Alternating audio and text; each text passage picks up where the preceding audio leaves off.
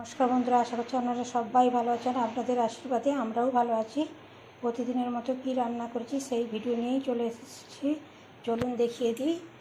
এখানে আছে গরম গরম ভাত, এখানে আছে আলু ভাজা, এখানে আছে একটি বাটা মাছের ভাজা, এখানে আছে কুঁদরি ভাজা, এখানে আছে পটল ভাজা, এখানে করেছি পোস্তর বড়া,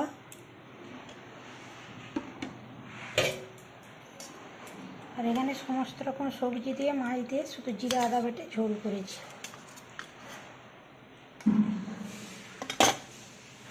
এখানে স্যালাড কেটে নিয়েছি। স্যালাডে আছে শসা, গাজর, লেবু। এখানে আম কেটে নিয়েছি।